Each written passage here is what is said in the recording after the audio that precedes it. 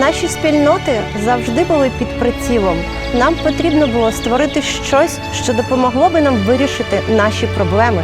Мы – 4 сообщества, 4 силы, которые были разъединены. Нам приходилось бороться и выживать поодиночке. Все, що ми хотіли, це повернути собі свої права. Выход из сложившейся ситуации был только один – объединиться. Достоинство – это важнейшая часть жизни человека. Саме тому найбільш благополучними є ті країни, в яких гідність і повага до людини ставляться на перше місце. Коли людина відчуває в собі гідність, вона буквально виростає на очах. Це факт. Мы всегда чувствовали, что свобода – это наше неотъемлемое право. В самые тяжелые минуты жизни я всегда знала это. Это ценности, которые не могут уничтожить ни режим, ни правоохранительные органы, ни государство. Права людини – ось те, що об'єднує нас всіх. И то, что противостоит правам человека, всегда направлено на его уничтожение. Вечная борьба добра со злом. Були часи, коли наші спільноти називали вразливими. І ми постійно відчували ізоляцію, репресії, насильство та приниження. Казалось, сам воздух пропитан энергией ненависти к нам. Но со временем в нас появилась энергия протеста, и это дало нам шанс. Шанс все изменить. Можна терпіти все життя, а можна сказати ні. Такого більш не буде. Однак, для того, щоб сказати «ні», нам спочатку потрібно було об'єднатися. Найти точки соприкосновения. Зрозуміти та прийняти один одного. Обрести единый голос.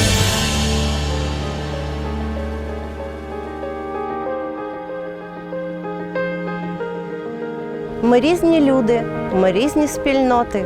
Були часи, коли ми не довіряли один одному. Мы думали, что у каждого из нас своя дорога, и нам, в принципе, не по пути. Я хорошо помню, когда мы собрались все вместе. Мы много говорили, каждый о своем, о проблемах, боли, надеждах. И в какой-то момент мы поняли, что нам нечего делить.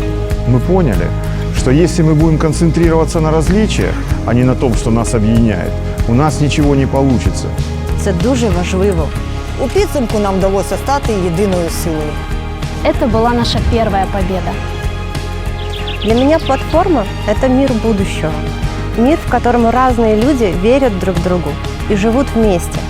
ЛГБТ, бывшие заключенные, наркозависимые, секс-работники живут и работают вместе. Раньше я сам стигматизировал другие сообщества, но благодаря платформе у меня появилось много друзей из всех сообществ. И сейчас в своем регионе я помогаю сообществу секс-работников защищать свои права. Платформа для мене важлива тим, що нас нарешті почули. Платформа сделала нас сильнее. Раньше, когда я приходила одна и стучала в двери к чиновникам, чтобы отстаивать свои права, меня не всегда слышали. Сейчас нас приходит больше, и нас слышат всегда. Сьогодні я відчуваю свободу, коли виходжу на вулицю свого міста. У мене є гідність, я відчуваю себе людиною. И этого никто уже не отнимет у меня. Сегодня я без страха делюсь своими мыслями и чувствами с близкими людьми на разных публичных мероприятиях. Я не боюся жити з відкритим обличчям. Работа платформы – это верный признак того, что мир вокруг нас меняется. И мы – активные участники этих изменений. Сьогодні я відчуваю свою значимість. И совершенствуя нашу платформу, Ми будуємо нову європейську Україну.